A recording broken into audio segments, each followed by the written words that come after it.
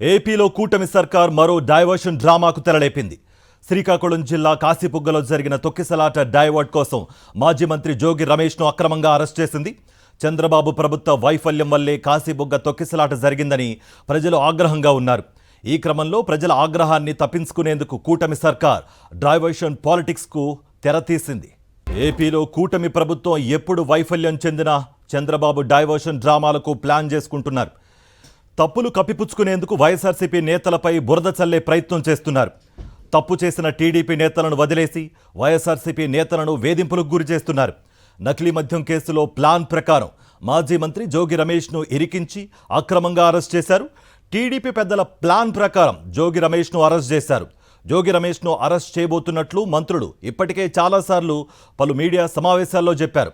అందులో భాగంగానే ఇప్పుడు కాశీబుగ్గ ఘటనను డైవర్ట్ చేసేందుకు జోగి రమేష్ను అరెస్ట్ చేశారు. టీడీపీ అరాచకాల నుంచి ప్రజల దృష్టిని మళ్లించడానికి డైవర్షన్ కుట్రలు చేయడం చంద్రబాబుకి కొత్తేమీ కాదు. ఎన్టీఆర్కి వెన్నుపోటు పొడిచి దొడ్డిదారిలో గద్దెనెక్కినప్పుడే డైవర్షన్ స్కాములకు తెరతీశారాయన. మామకు వెన్నుపోటు పొడిచిన ఎపిసోడ్ నుంచి ప్రజల దృష్టి మరలించడం మొదలు పెడితే ఆయన అరాచకాలు పాలనా వైఫల్యాలను కప్పిపుచ్చుకోవడానికి డైవర్షన్ స్కాములు చేయడం చంద్రబాబు అండ్ కోకు పరిపాటిగా మారిపోయింది. నకిలీ మద్యం స్కామ్ బయటపడిన తర్వాత వైఎస్ఆర్సీపీ మీద విషం కక్కడమే పనిగా పెట్టుకున్నారు. చంద్రబాబు పాలనలో అంతకు మించి ఏపీలో ఏమీ జరగలేదు. రాష్ట్రంలో బెల్ట్ షాపుల సాక్షిగా మద్యం ఏరులై పారుతూనే ఉంది. వైఎస్ జగన్మోహన్ రెడ్డి పాలనలో అసలు జరగని మద్యం స్కామ్ జరిగినట్లుగా చూపించడానికి సిడ్నీ అడ్డం పెట్టుకుంది చంద్రబాబు ప్రభుత్వం.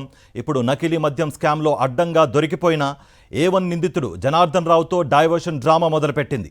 నకిలీ మద్యం స్కాములో అసలు నిజాలు వెలికి తీయాలంటే చంద్రబాబు చెప్పు చేతల్లో ఉండే అధికారులతో ఏర్పాటు చేసిన సిట్ కాదు, రంగంలోకి సిబిఐ రావాలని వైఎస్ఆర్సీపీ డిమాండ్ చేస్తోంది. సిట్తో పచ్చముఖ చేస్తోన్న కుట్రలు ఇక్కడి వరకే పరిమితంగా లేదు. 100 రోజుల పాలన పూర్తవుతున్న వేళ హామీల అమలు దగ్గర నుంచి శాంతి భద్రతల దాకా అనేక విషయాల్లో ప్రజలు నిలదీస్తారని గ్రహించిన చంద్రబాబు ప్రజల దృష్టిని మళ్లించడానికి అతి భయంకరమైన డైవర్షన్ కుట్రకు తెరతీశారు. వైఎస్ఆర్సీపీ మీద విషం కక్కుతూ దేవదేవుడి దివ్య ప్రసాదం మీద పచ్చమూక చేసిన రోత రాజకీయాలను చూసి ప్రపంచవ్యాప్తంగా ఉన్న భక్తులు చీకొట్టారు. అడ్డంగా దొరికిపోయానని అర్థం చేసుకున్న చంద్రబాబు ఎప్పటిలానే తిరుమల లడ్డూ కల్తీ అంశంపై సిట్ ఏర్పాటు చేశారు. సిట్ చీఫ్గా నాటి గుంటూరు రేంజ్ ఐజీ సర్వశ్రేష్ఠ త్రిపాఠిని చంద్రబాబు ప్రభుత్వం నియమించింది.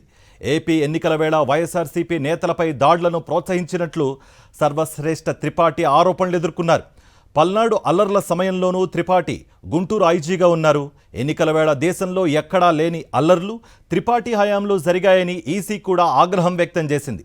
అలాంటి వివాదాస్పద అధికారితో శ్రీవారి ప్రసాదంలో కల్తీ నెయ్యి వ్యవహారం విచారణ చేయడానికి చంద్రబాబు సిట్ ఏర్పాటు చేశారు.